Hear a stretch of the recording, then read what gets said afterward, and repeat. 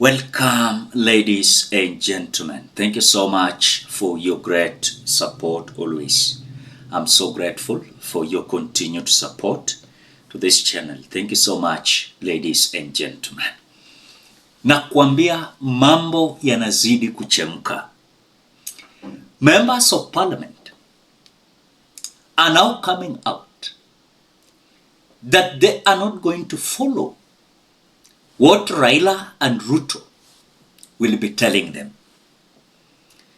Raila and Ruto watakuwa na mambo yao, hao nao watakuwa na mambo yao. According to Junet Mohammed, the minority leader in the National Assembly and allied to Raila Odinga, is now saying that the statement of Raila saying that CDF irudishwe kwa county government, no, hiyo itafanyika. Hao watabaki na issue zao kwa parliament. Raila aseme yake, lakini hao wanajua vile watadefend hiyo maneno. Number 2, the truth anasema ati hao ni corrupt. Junet Mohammed anasema hizo zote tunawaassume kwa sababu kuna kitu wanasema, ni kupiga tu kelele wanapiga. I want you to listen to the fallout that is now coming in between these members of Parliament, united against Raila and William Ruto. Before we listen to Junet Mohammed, ensure you like the video. When you like the video, you automatically support the work that I'm doing in this channel, because sometimes you watch and you forget liking the video. So this is just a reminder as you watch, please consider liking the video. Thank you so much for that like. Let us listen to Junet Mohammed. You know, only important people are normally bashed. When you see the president accusing us of many things, or by my party leader, they know how important this house is. That is why they you know, let us not also take them very serious. Because, you know why I'm saying that? Because everything also they want to do must come through this house. Even if for you to dissolve this NGCDF, there must be some work to be done here in Parliament. Who is going to do it? So, Mr. Speaker, let them have their say. We are going to have our way. That's the position. Let us give them the freedom to say to have their say, and we also have our way. But what we know, Mr. Speaker, corruption is not peculiar to Parliament. Corruption, if it is corruption everywhere, and it must be fought in that manner. But if you want to make it sectional, Mr. Speaker, then you lose the war on corruption. But finally, Mr. Speaker, my final word is that let us come together.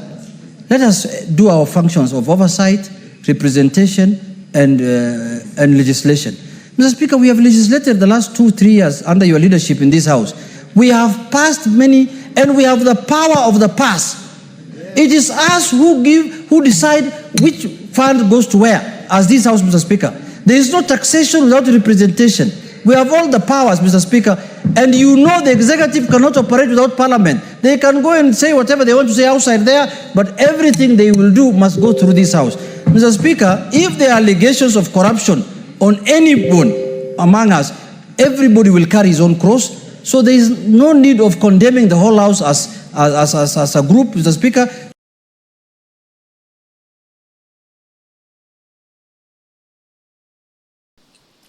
After listening to Junet, nawaambia ile vita inainuka. Na niliwaambia jana, kuna ile vita inainuka kati ya MPs Raila Ruto combined. Raila plus Ruto, they are feeling like these MPs wamewafikia hapa. Huku Ruto anawaccuse they are corrupt. Huku Raila anasema lazima muache CDF. So when you look at how the members of Parliament today received that message from Statehouse, shows how the UDA, ODM, Parliamentary group meeting was a disaster at Statehouse.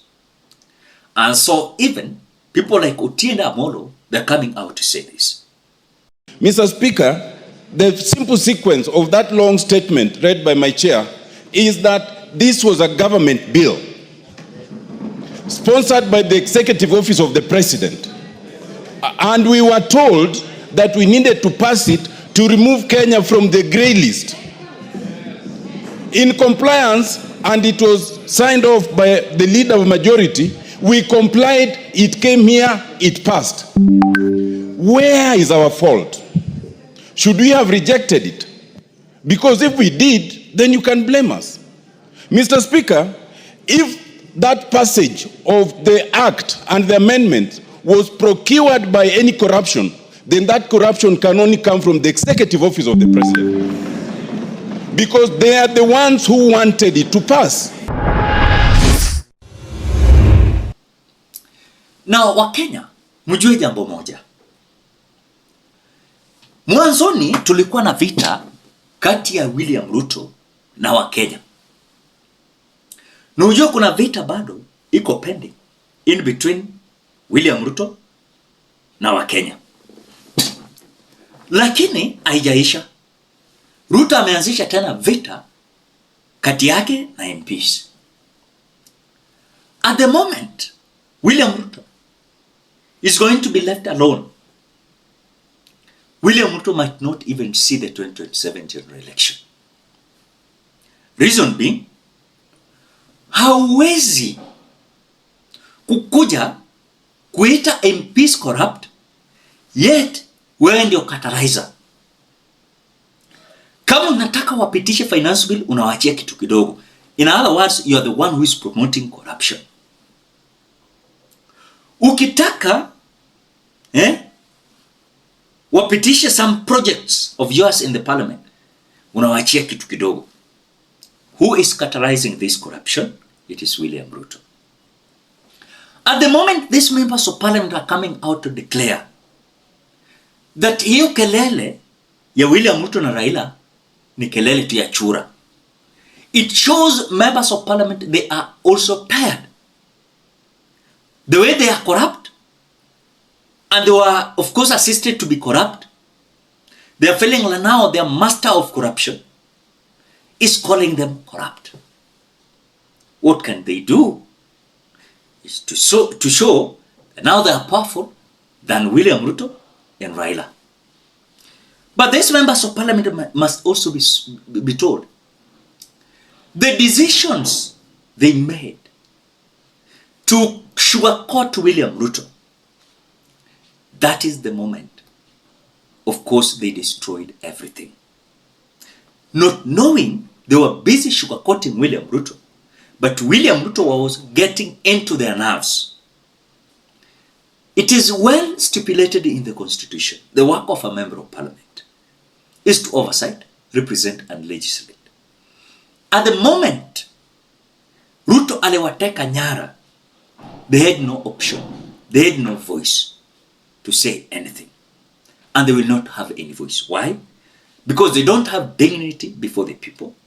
They don't have dignity before Raila. They don't have dignity before them, William Ruto. William Ruto used them badly. Ruto used them badly. At the moment William Ruto realized he has used them, so he is busy humiliating them and telling them how they are corrupt. Raila on this side is declaring a war against these members of parliament.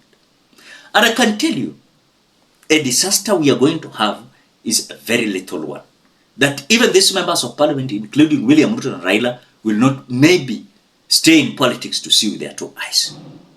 Because at the moment Junet Mohammed is saying, ati nyinyi museme yenyu, sisi tuko na yetu, there is a very clear indication fallout in between these members of parliament, William Ruto and Raila Odinga combined. Because huku wanaambiwa nyinyi ni corrupt. Huku Raila anawaambia muache CDF. Na hiyo CDF ndio imewaweka pale. Because walisahau kazi yao. What do you expect? You can drop your opinion at the comment section below. Otherwise, thank you so much because of your great support. Please consider subscribing, liking, commenting, and sharing this video. Till we meet in another video.